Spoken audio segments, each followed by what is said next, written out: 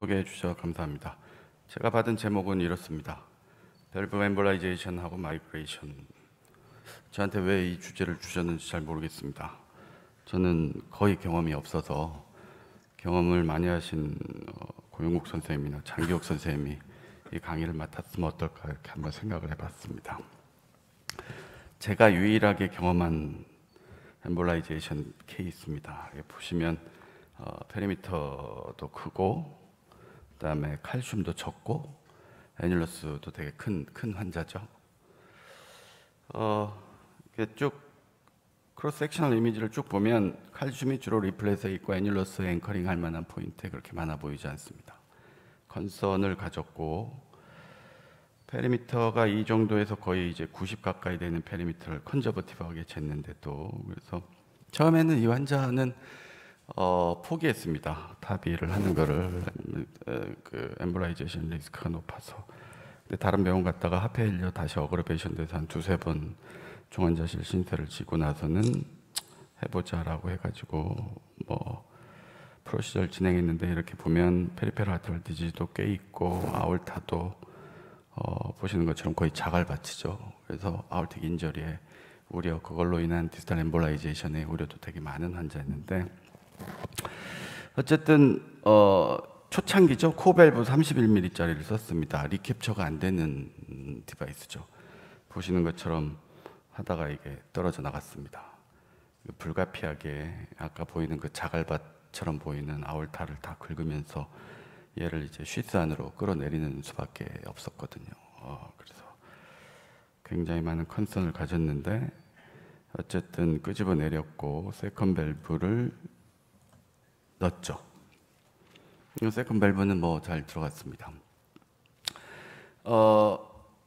제가 말씀드리는 이런 팩터들이 사실은 이 엠볼라이제이션을 우리가 프레딕트 할 수 있는 여러 팩터들이 다 있는 환자였죠. 애뉴라 크고 칼슘 적고 그다음에 초창기 이게 이 디바이스에 대한 사용이 익숙하지 않은, 그래서 매니플레이션이 익숙하지 않은 상황에서 엠볼라이제이션 됐습니다. 끌어내리면서 엠볼라이제이션 밸브는 세컨 밸브는 잘 들어갔는데 환자 중환자실 가서 이제 디스탈 엠볼라이제이션 돼서 다리 쪽으로 다 샤워링 됐죠. 결국은 그쪽에 이제 이스케미아 오면서 네크로시스 오고 그다음에 랍도 오고 그러면서 환자는 사망했던 케이스가 되겠습니다. 그래서 페인플란 케이스였습니다. 제가 유일하게 경험했던 엠볼라이제이션 케이스고, 그래서 다른 케이스들이 뭐 제가 없어서 좀 다른 데서 경험했던 케이스들을 좀 이렇게 한번 보여드리면, 이렇게 노스콘을 빼다가 노스콘이 이 아웃플로 크라운에 걸리면서 이걸 끌어당기는, 그래서 노스콘의 매니플레이션을 굉장히 조심해야 되겠구나라는 걸 보여주고 있고, 이제 세컨 밸브를 넣어야 되는데 이 밸브를 아주 스테이블한 포지션에 잡아놓는 게 되게 중요하죠. 그래서 스네어링으로 잡고 아치베슬 또는 SOV에 있는 코로너리 아터리 오클루전 안 되게 적절한 포지션에 잡아놓고 세컨 밸브를 넣어야 되는 거죠. 그래서 뭐 이 환자는 세컨 밸브 놓고 괜찮았던 케이스고요. 그다음에 이 환자 같은 경우는 뭐 깊게 들어갔죠. 뭐 앞에서 계속 이런 케이스들을 많이 보여주셨습니다. 밸브인 밸브 해야죠. 뭐 이 상황에서는 포스트 밸론 한다고 이게 해결될 것도 아니고 너무 낮게 들어갔으니까 밸브인 밸브 하고 나서 파라밸브란이 있다고 해결됐고, 딥하게 들어간 부분이 크게 다른 마이트랄 밸브에 영향을 끼치지 않은. 그래서 지금 보여드린 것처럼 아올타 쪽으로 넘어가면 사실은 뭐 여러 가지 옵션이 있죠. 리포지셔닝 시킬 수도 있고 밸브인 밸브 할 수도 있고 뭐 등등등 한데, 이제 디제스터는 이렇게 LV 쪽으로 넘어가는 경우에는 결국은 이거 끄집어내려면 LV를 열거나 이제 메이저 서저리를 해야 되는 수밖에 없는 거죠. 이 환자는 결국 AI가 생기고 뭐 벨룬으로 다시 집어넣으려고 하려고 안 돼서 결국 세컨 밸브 집어넣고, 그 다음에 기존 밸브는 트랜스 에이피칼 케이스였죠. 스네어링하고 인시전 넣고 그쪽에서 이게 켈리가 들어가서 밸브 자체를 이제 조각 내고 이게 크러싱 시켜가지고 이제 빼낸 케이스가 되겠습니다. 뭐 예상하신 대로 이런 식으로 프로시저를 진행하게 되면 뭐 환자에 굉장히 안 좋은 임팩트를 주게 되겠죠. 그래서 어쨌든 그 엠볼라이제이션 때는 그 포지션이나 이런 거에 따른 클리니컬 아웃컴의 차이가 있고, 뭐가 코스고 어떻게 예방을 하고 생겼을 때는 어떻게 대처할 거냐. 제목이 이제 그런데 최근에 유로피안 핫저널에 이렇게 가장 큰 레지스트리 데이터가 발표가 됐습니다. 전 2010년서부터 17년까지 한 거의 3만 명 되는 타비 환자들 대상으로 레지스트리 데이터 했고요. 한 인터내셔널리 21개의 센터가 포함이 됐는데 한국 사람 이름도 좀 보이고 그럽니다.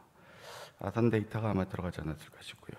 그래서 이 데이터를 보면 토탈 거의 한 3만 명, 그 중에서 한 273명 정도의 TVEM 케이스들이 있었죠. 확률적으로는 통계적으로는 0.92%, 거의 1% 가까이 되는 겁니다. 그 중에서 273명 중에서 217명이 아오타 쪽으로 날아간 케이스, 56명이 벤트리클 쪽으로 날아간 케이스가 되겠습니다.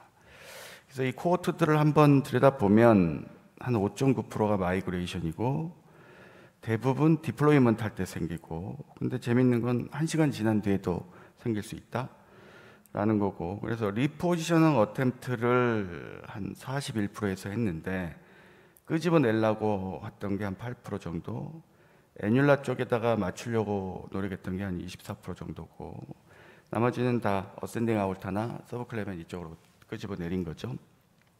반수 정도에서 리포지션이 석세스풀 하는데, 애뉴라 포지션으로 끄집어내는 거는 27케이스 중에 4케이스만 성공했습니다. 그러니까 뭐 거의 안 된다고 보시면 됩니다. 뭐 툴은 이렇게 스네어도 쓰고 벨룬도 쓰고 그러는데 거의 한 83%에서 세컨 밸브를 집어넣어서 밸브 임플란테이션을 하게 되겠죠. 52명, 한 19%에서 서저리로 컨버전이 됩니다. 그 외에 뭐 이런 카디오펄머너리 서포트도 해야 되고 뭐 이런 어떤 여러 가지 안 좋은 상황들이 생기죠.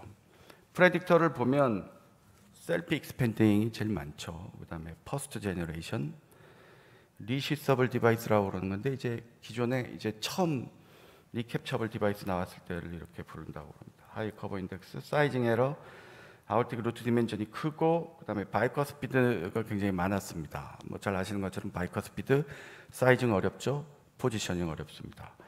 그래서 인디펜던트 프로토 멀티 리그레션 어널라이시스를 해보면 이 두 가지가 통계적으로 유의하게 밸브 엠볼라이제이션을 예측할 수 있는 유의인자다. 그래서 이런 것들을 유의해야 되는데, 이 셀프 익스펜딩 퍼스트 제너레이션은 뭐 여러 가지 팩터들이 여기다가 컴파운딩 팩터로 작용을 했을 겁니다. 초창기였고 그런 익스피리언스가 적었을 테니까는 아마 많이 날아갔을 겁니다.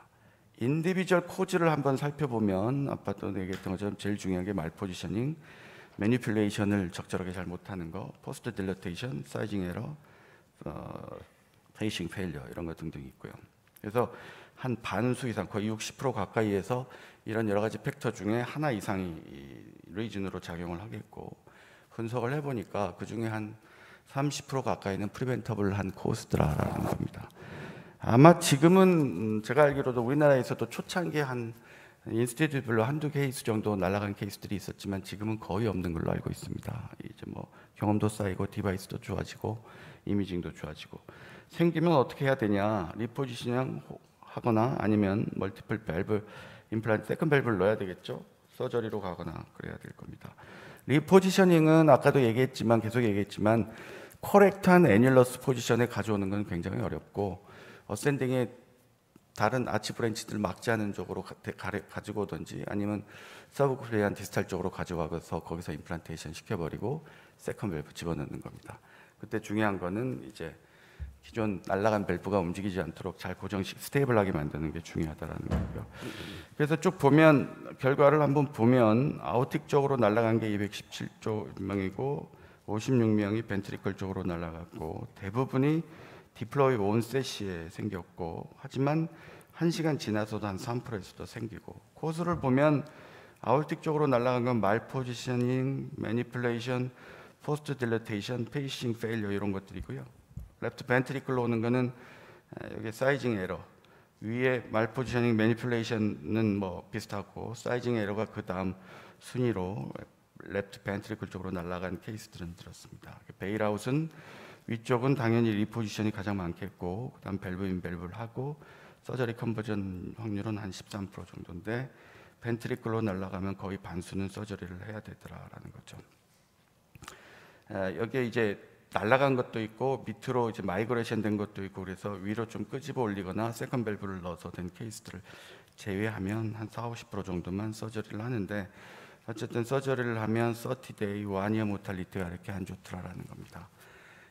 그래서 벤트리클 쪽으로 날리지 말아야죠. 날리고 싶으면이라기보단 아orta 쪽으로 날아간 경우에 예후가 좋다라는 겁니다. 리포지셔닝 앞에서 계속 얘기했던 것처럼 리포지셔닝 하게 되면 결국 아오틱 인저리의 리스크를 높이게 되고 이게 클리니컬 아웃컴 안 좋게 만들고 그렇습니다. 거의 대부분의 환자에서 세컨 밸브를 넣어야 되겠죠. 당연히 아오틱 쪽으로 날아간 경우에 많이 넣겠고 테크니컬 석세스 레이트는 굉장히 훌륭하다. 그다음에 알라타게 해가지고 세컨 밸브를 잘 넣는 것 같습니다.